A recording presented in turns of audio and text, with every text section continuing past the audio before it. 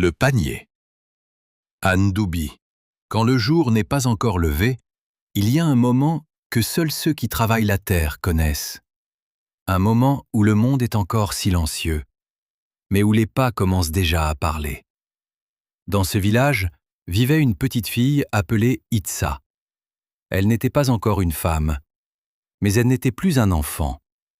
Elle était à cet âge où l'on commence à porter. Pas seulement des choses, mais la vie. Ce matin-là, comme tous les autres, les femmes du village se levèrent avant le soleil. Elles attachèrent leurs pagnes. Elles prirent leurs paniers à dos et dans leurs mains des machettes. Pas pour se battre, mais pour ouvrir le chemin, car la forêt ne donne rien facilement.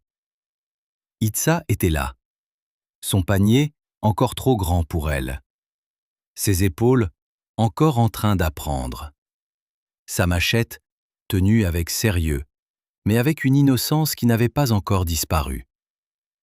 Les femmes commencèrent à marcher, en file, toujours en file, car dans la forêt, on ne marche pas n'importe comment. Les premières femmes balayaient le chemin. Leurs machettes frappaient les branches mortes. Les feuilles tombaient. Les obstacles disparaissaient. Et derrière, les autres suivaient. Dans un rythme presque invisible. Un rythme nézébi. Un rythme qu'on n'apprend pas, mais qu'on absorbe. Itsa marchait. Elle regardait. Elle imitait. Mais au fond d'elle, une question grandissait. Pourquoi tout ça? Pourquoi porter? Pourquoi se fatiguer? Pourquoi revenir chaque jour et recommencer encore? Arrivé à la plantation, le travail commença. Les mains dans la terre, les machettes dans les racines. On creusait, on coupait, on tirait. Itsa creusait les tubercules. Elle arrachait le manioc. La terre résistait, mais elle apprenait. Elle cueillait les feuilles de manioc, les feuilles de taro, le mouniaka. Ses mains devenaient lentes, puis précises, puis efficaces. Mais son cœur, lui, se fatiguait.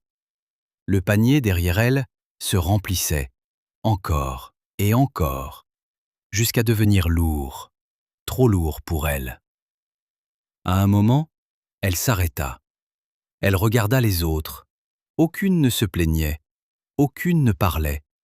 Elle travaillait, respirait, avançait, comme si la fatigue faisait partie d'elle. Le soir, le retour commença. Le même chemin, mais en plus dur. Car maintenant, il fallait porter. Itsa avançait difficilement. Son panier tirait sur son dos. Ses pas devenaient irréguliers. Sa machette traînait presque dans sa main. Et sans s'en rendre compte, elle murmura « Je n'en peux plus ». Une vieille femme, qui marchait derrière elle, entendit, mais elle ne répondit pas.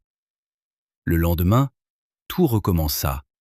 Mais cette fois, la vieille femme s'approcha d'Itsa et lui donna un autre panier.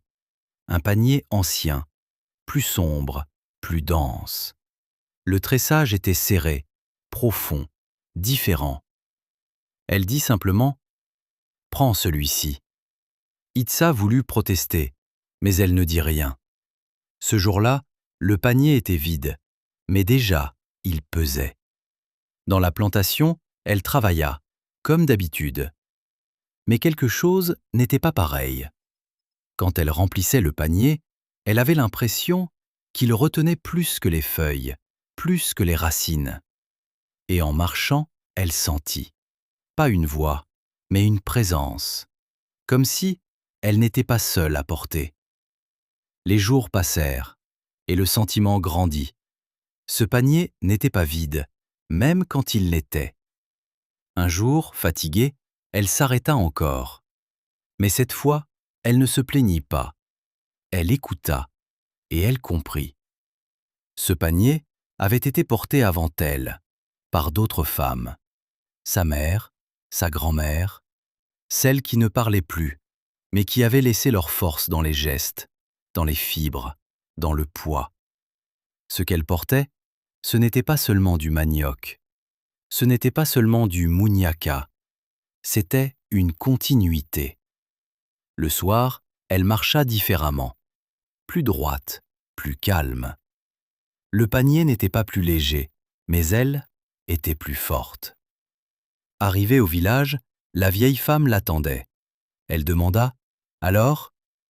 Itza répondit doucement « Il ne parle pas. » Puis elle ajouta « Mais je comprends maintenant. » La vieille hocha la tête et dit « Un panier ne sert pas seulement à porter la nourriture.